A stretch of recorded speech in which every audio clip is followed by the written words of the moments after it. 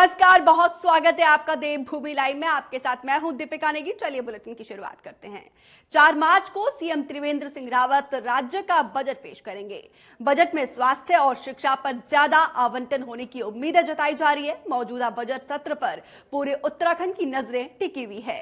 यहां अगले साल विधानसभा चुनाव होने हैं, इस लिहाज से मौजूदा सरकार का ये आखिरी बजट होगा। तो आम बजट से इस बार लोगों को काफी उम्मीदें हैं। आपको बता दें कि आम जनता के हितों के लिए बजट होगा, ये मानना है लोगों को। हर एक वर्ग को इस बजट से काफी ज्यादा उम्मीद है। ऐसे में देखना होगा कि इस बजट में क्या कुछ निकलकर सामने आता है। 4 मार्च को पेश किया जाएगा ये बजट।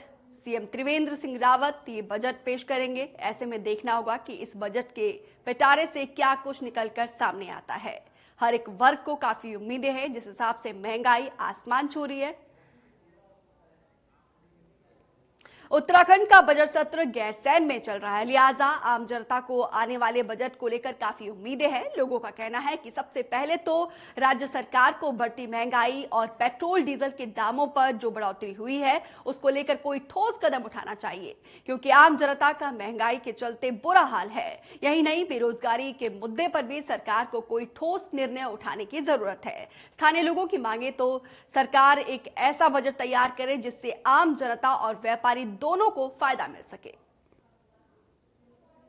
वाला है बजट में पेट्रोल डीजल के दाम लगातार बढ़ रहे हैं। इसके टैक्स पे अगर छूट मिल जाती है तो क्योंकि ये पर्वतीय राज्य है, इससे लोगों को काफ़ी फायदा होगा। तो मुझे लगता है टैक्स की सरलीकरण अगर हो जाए तो बेहतर होगा।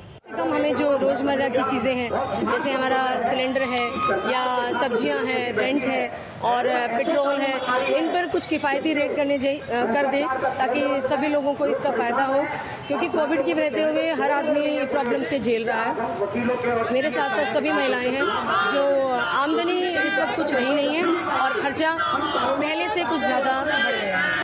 बजट व्यापारियों के हित का होना चाहिए और व्यापारी ने पूरे कोरोना काल में जो सरकार के साथ कंधे से कंधा मिला के सहयोग किया है, तो इस समय सरकार का वक्त है। सरकार को चाहिए कि व्यापारी हितों के लिए कुछ ऐसे नियम बनाएं जिससे कि व्यापारी जो टूट चुका है कोरोना काल की लड़ाई लड़ते लड़ते वो उभर सके। उधर चमोली विधायक मनोज रावत के घर पहुंचे सीएम त्रिवेंद्र सिंह रावत ने शोक संवेदना व्यक्त की है। विधायक मनोज रावत के पिता का देहांत हुआ था। केदारनाथ से विधायक है मनोज रावत। तो मनोज रावत के घर पहुंचे सीएम त्रिवेंद्र सिंह रावत। दरअसल मनोज रावत के पिता का देहांत हुआ था और शोकाकुल परिवार के प्रति ये शोक व्यक्त किए सीएम त्रिवेंद्र सिंह रावत ने। केदारनाथ से विधायक है मनोज रावत।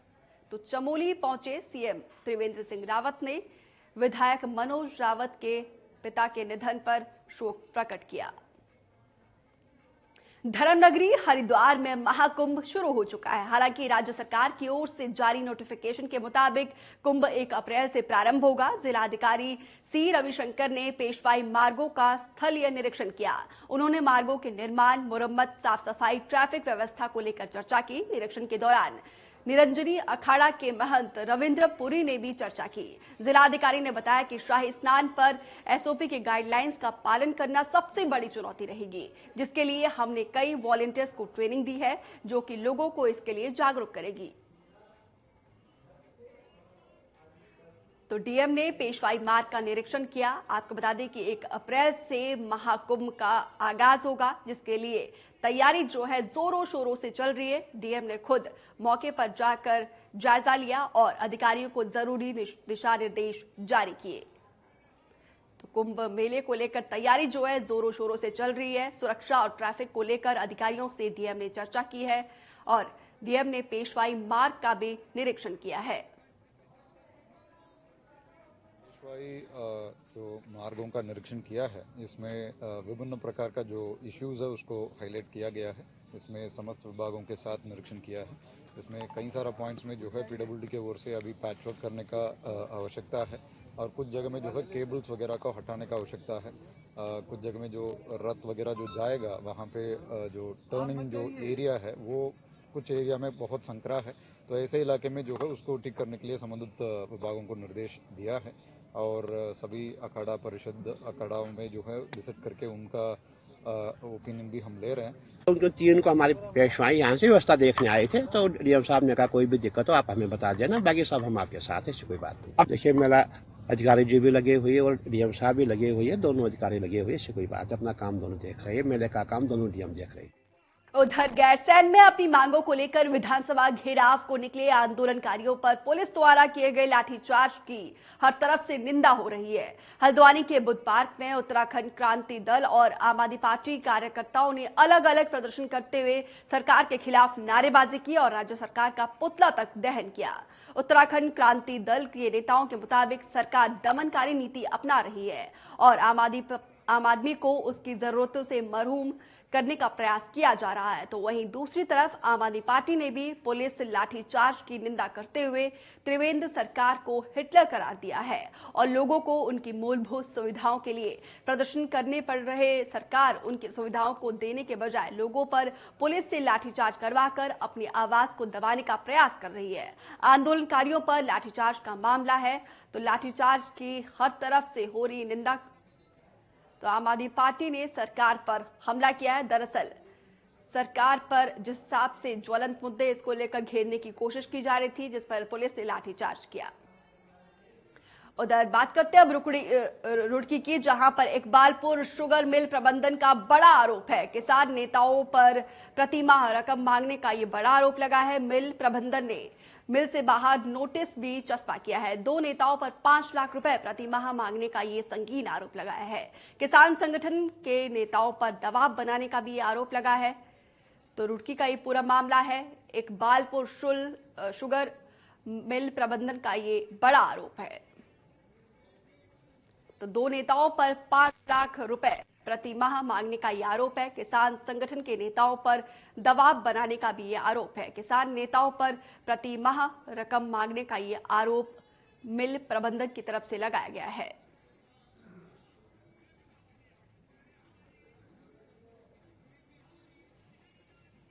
कोरोना काल के चलते देश की अर्थव्यवस्था पर खासा असर पड़ा था। सभी व्यापारिक संस्थानों और बाजारों पर इसका खासा असर देखने को मिला था। वहीं अब धीरे धीरे सभी का कारोबार अब पटरी पर आता जा रहा है। वहीं रुड़की के कोर कॉलेज के पास टाटा मोटर ग्रुप्स के डीपीएम ट्रेनिंग डिपार्टमेंट के कोरोना काल के बाद अब व्यापार में सुधार होने पर टाटा मोटर्स ग्रुप के सदस्यों ने एक कार्यक्रम का आयोजन किया, जिसमें टाटा मोटर्स डीपीएम टर्निंग के सीईओ मुख्य अतिथि के तौर पर पहुंचे। कार्यक्रम में ग्रुप के सदस्यों ने केक काटकर खुशी का इजहार किया और फरवरी माह में हुई उपलब्धि को भी बताया। मुख्य अतिथि के तौर पर पहुंचे कंपनी के सीईओ दीपक लूथरा ने बताया कि फरवरी 2022 में टाटा मोटर्स की रुड़की ब्रांच का शुभारंभ किया गया था, जिसके बाद से ही कोरोना काल लग गया था और कोरोना वैश्विक महामारी के चलते भारत में ही नहीं वरना पूरी दुनिया में हाहाकार मचा दिया था, जिसके चलते पूरे देश में आर्थिक व्यवस्था जो है पटरी पर लौट आई थी। आर्थिक मंदी से उभरना और कारोबारियों की गाड़ी भी अब पटरी पर धीरे धीरे आ रही है। तो कोरोना के बाद अब धीरे धीरे जिंदगी जो है पटरी पर लौट आ रही है रुड़की में, जिसको लेकर कार्यक्रम का आयोजन किया गया। इस बार सर्दियों में बारिश बेहद कम हुई है, जिसके चलते जंगलों में आग लगने का खतरा मंडराने लगा है, जिसको देखते हुए वन विभाग शुरू से ही ठोस कार्य योजना बना रहा है। आग लगने की घटनाओं को तेजी से रोका जा सके, इसको देखते हुए रामनगर वन प्रभाग के फतेहपुर रेंज के पावर फ्लोर का प्रयोग फायर लाइन बनाने और कंट्रोल बर्निंग में किया जा रहा है। अधिकारी पावर ब्लोअर से फायर लाइन बनाने का प्रशिक्षण वन कर्मचारी को दे रहे हैं। इसके अलावा आग पर काबू कैसे पाना है, किन किन चीजों का उपयोग करके आग को बुझाया जा सकता है, इसकी ट्रेनिंग भी वन कर्मचारी ले रहे हैं।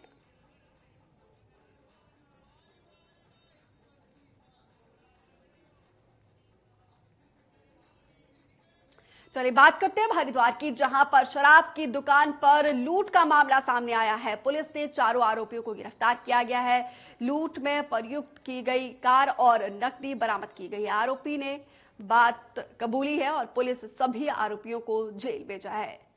तो हरिद्वार का ये पूरा मामला बताया जा रहा है, जहां पर पुलिस को बड़ी कामयाबी हासिल हुई है। शराब की दुकान में हुई ये लूट का पूरा मामला है और सभी लुटेरों को पुलिस ने गिरफ्तार किया है। पुलिस आरोपियों से पूछताछ कर रही है और पूछताछ में कई अहम खुलासे होने की संभावना है। पुलिस ने चारों आरोपियों को गिरफ्तार किया है और सभी आरोपियों ने अपराध को भी कबूल किया है। आपको बता दें कि आरोपियों के पास से नकदी और कार बरामद की गई है।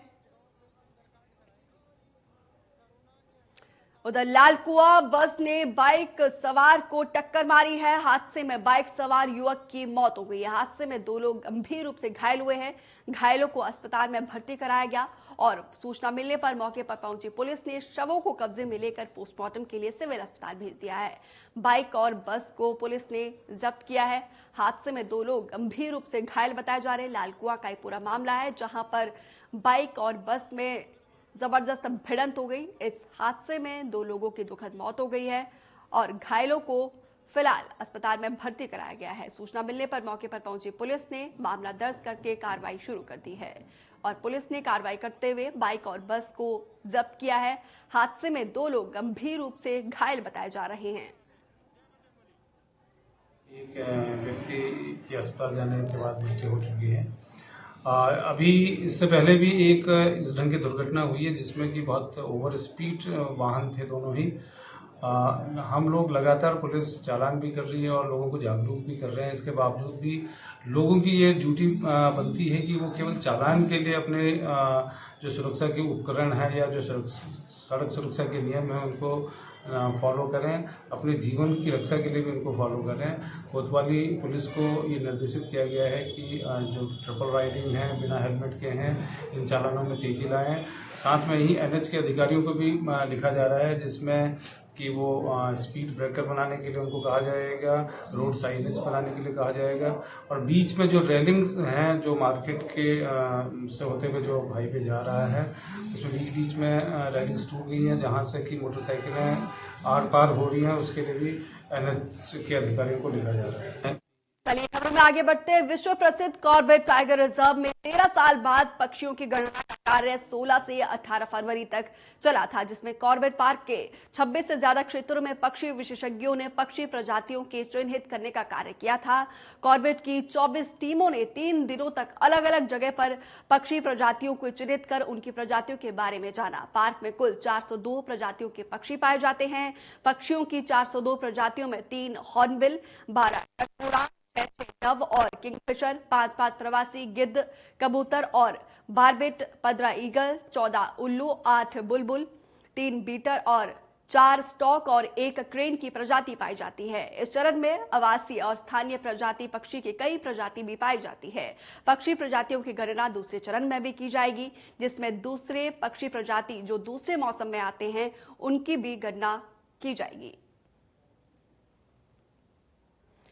तो कॉर्बेट टाइगर रिजर्व में पक्षियों की प्रजाति की गणना की गई है। का कार्य किया गया। टाइगर रिजर्व में 16 से 18 फरवरी के बीच में बर्ड गणना का कार्य किया गया। ये पूरे साल में जो बर्ड स्पीसीज काउंट किया जाएगा, इसका प्रथम चरण है। इसके अलावा 2 और सीजन में ये बर्ड काउंट किया जाएगा।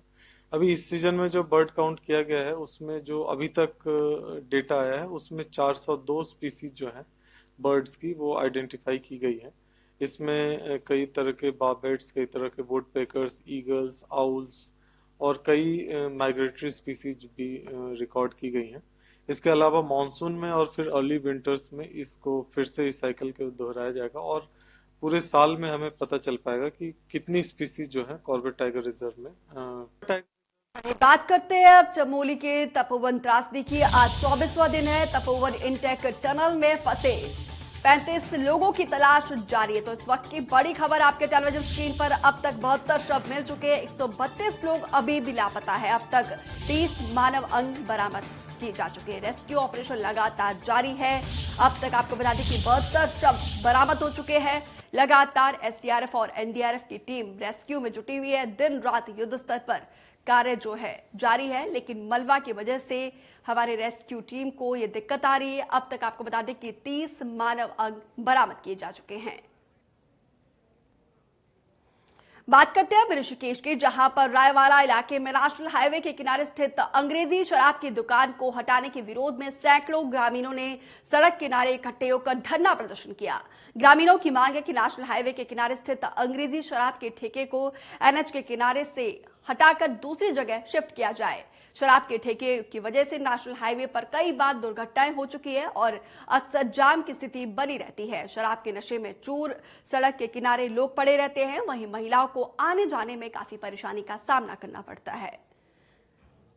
तो ऋषिकेश में एनएच पर जो अंग्रेजी शराब का ठेका है, इसे हटाने को लेकर स्थानीय लोग काफी समय से मांग कर रहे हैं। स्थानीय लोगों की माने तो यहां पर अक्सर इस शराब के ठेके होने की वजह से यहां पर जाम की स्थिति बनी रहती है और महिलाओं को आने जाने में खासी परेशानी का सामना करना पड़ता है।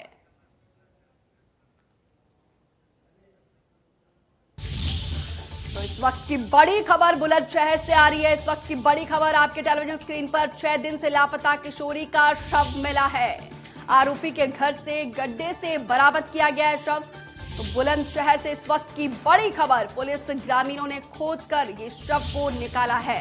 दुष्कर्म के बाद हत्या की आशंका जताई जा रही है। परिजनों का ये कहना है आरोपी ने हत्या कर शव को गड्ढे में दबाया था। तो बुलंदशहर से इस वक्त की बड़ी खबर, 6 दिन के बाद लापता किशोरी का ये शव मिला है और दुष्कर्म के बाद हत्या की आशंका जताई जा रही है।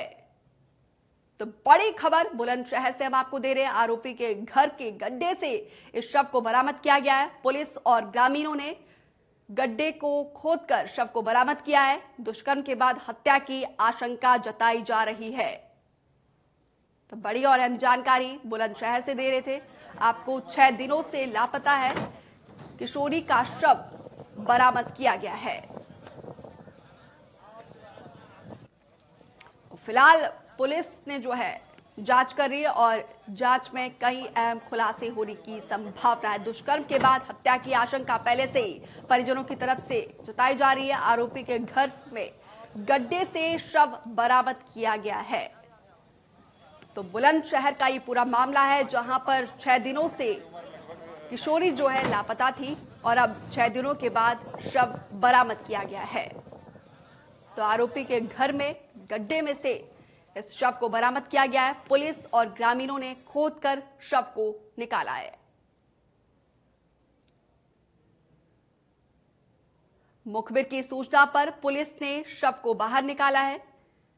28 फरवरी को पुलिस ने आरोपी के खिलाफ मामला दर्ज किया था। आरोपी के पिता को पुलिस ने हिरासत में लिया है। तो बुलंदशहर के अनूपशहर थाना क्षेत्र का ये पूरा मामला है।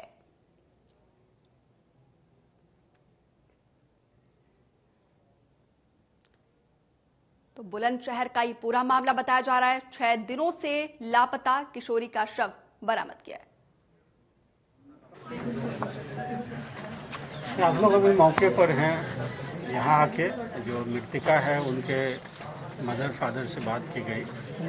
उनके द्वारा बताया गया कि 28 को बगल में खेत है, वहीं पे वो लोग 28 को या उसके पहले कुछ दिन पहले बगल में खेत पर काम कर रहे थे। वहाँ से उनकी बच्ची यहीं पानी पीने आई थी शाम के 4 बजे के लगभग। उसके बाद से नहीं मिली। शाम में यहाँ आए तो एक लड़का था जो अल्कोहल पिए हुए था और बच्ची नहीं मिली।